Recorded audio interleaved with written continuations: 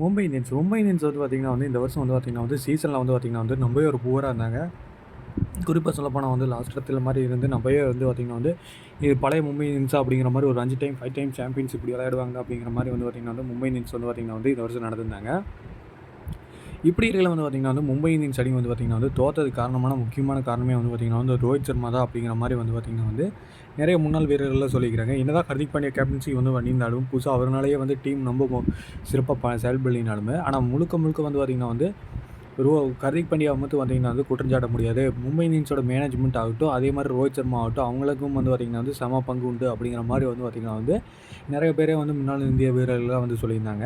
இப்படி இருக்கையில் வந்து பார்த்திங்கன்னா வந்து ரோஹித் சர்மா வந்து பார்த்திங்கன்னா வந்து ஹர்திக் பாண்டியா விஷயத்தை வந்து பார்த்திங்கன்னா வந்து நம்ம ஒரு சிறப்பாக செயல்பட்டிருந்தாலே வந்து பார்த்திங்கன்னா வந்து மும்பை இந்தியன்ஸ் அணி வந்து பார்த்திங்கன்னா வந்து இந்த வருஷம் ஒரு நல்ல ஒரு பவரோடு இருந்திருக்குது. அதனாலேயே வந்து பார்த்திங்கன்னா கடைசி ப்ளே ஆஃப்ஸ்னாலும் போயிருக்கலாம் அப்படிங்கிற மாதிரி இருக்கலாம்.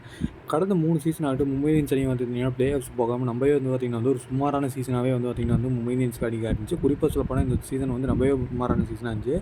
ரோஹித் சர்மா வந்து பார்த்திங்கன்னா ஹர்திக் பாண்டியாவுக்கு எதிராக வந்து பார்த்திங்கன்னா வந்து ரசிகர்கள்லாம் வந்து பார்த்திங்கன்னா வந்து அவர் கேலி பண்ணினப்பவே வந்து பார்த்திங்கன்னா வந்து ரோஹித் சர்மா வந்து பார்த்திங்கன்னா வந்து நான் கேப்டன்சி வந்து பார்த்திங்கன்னா வந்து நானும் என்னோட விருப்பத்தோடு தான் வந்து பார்த்திங்கன்னா வந்து ஹர்திக் பாண்டியா கொடுக்கப்பட்டுச்சு அப்படிங்கிற மாதிரி வந்து பார்த்திங்கன்னா வந்து ஒரு ப்ரெஸ் மீட்டில் சொல்லியிருந்தாலே வந்து பார்த்திங்கன்னா வந்து மும்பை இந்தியன்ஸ் ரசிகர்களாகட்டும், மிச்சம் வந்து ரசிகர்களாகட்டும், இந்தியன் கிரிக்கெட் ரசிகர்களாகட்டும், அவங்க எல்லாமே வந்து பார்த்திங்கன்னா வந்து ஓரளவுக்கு புரிஞ்சிருப்பாங்க. ஏன்னா வந்து எல்லாமே வந்து ரோஹித் சர்மாவுக்கு 37 வயசாச்சு. எல்லா டீமே வந்து டிரான்சாக்ஷன் பார்க்குறாங்க.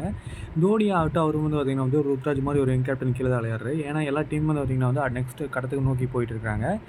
இதில் வந்து பார்த்திங்கன்னா வந்து ரோஹித் சர்மா ஒரு ப்ரெஸ் மீட் இப்படி சொல்லியிருந்தாலே வந்து பார்த்திங்கன்னா வந்து ஹர்திக் பாண்டியாவுக்காகட்டும் ரசிகர்களுக்காகட்டும் வந்து பார்த்திங்கன்னா வந்து நல்லா இருந்திருப்பாங்க. இது மட்டும் இல்லாமல் வந்து பார்த்திங்கன்னா வந்து டீமுக்குள்ளேயும் வந்து பார்த்திங்கன்னா வந்து நிறைய பேர் வந்து பார்த்திங்கன்னா கருத்து வேறுபாடு இந்த காரணத்தினாலேயே வந்து பார்த்திங்கன்னா வந்து மும்பை இந்தியன்ஸ் அணி வந்து பார்த்திங்கன்னா வந்து ப்ளே ஆஃப்ஸ் போக முடியல. இதெல்லாம் வந்து பார்த்திங்கன்னா நல்லா ஹேண்டில் பண்ணியிருந்தா வந்து மும்பை இந்தியன்ஸ் வந்து இந்த வருஷம் கப் அடிக்கிறதுக்கு அதிக வாய்ப்பு இருந்திருக்கும்.